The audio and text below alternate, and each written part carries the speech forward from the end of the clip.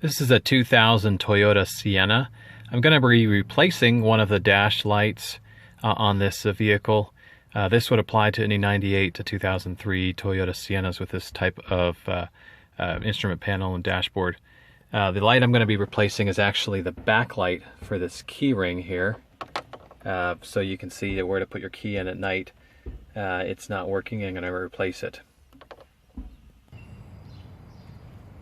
I'm going to start off by removing the negative lead here on the battery with the 10mm wrench.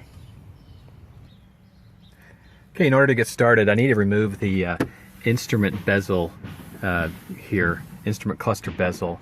In order to do that, there's 3 screws. The first one is located right here on the left-hand side, and there's 2 other screws, and those are located under here and another one under here. So I need to remove this trim piece for the radio stack. I'm going to use a trim tool that I've got that I ordered online and just pry that off. It should come off very simply.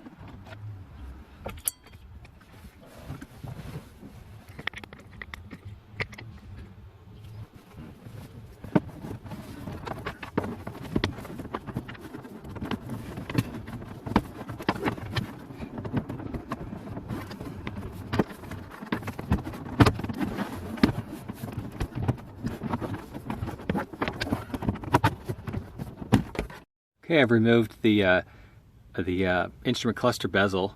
You can see I've pulled it back here, and it's separated.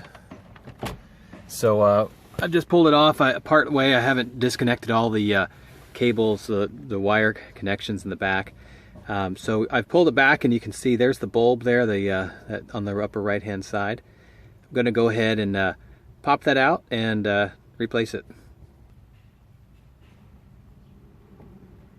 Okay, I've removed it from the where it goes into, and I've just pulled it out here, so I've got it loose. I got my hand here reaching it behind the instrument cluster bezel. I'm going to go ahead and pull it straight out.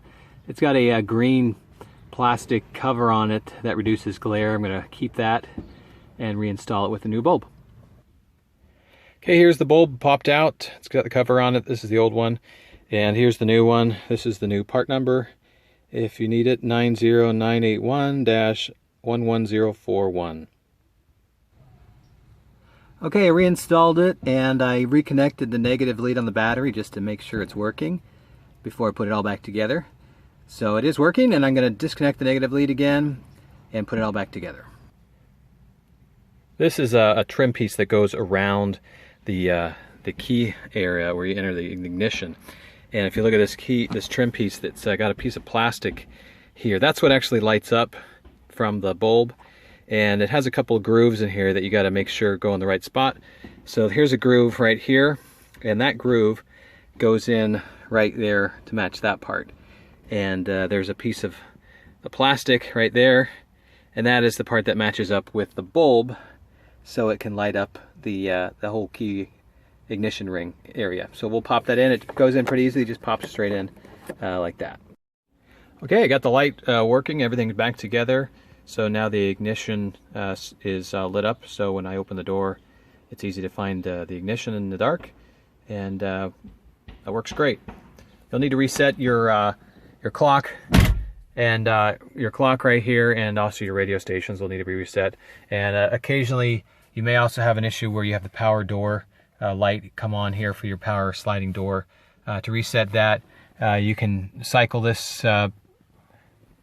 power door off switch and turn that off, turn that on again, and then open and close your door.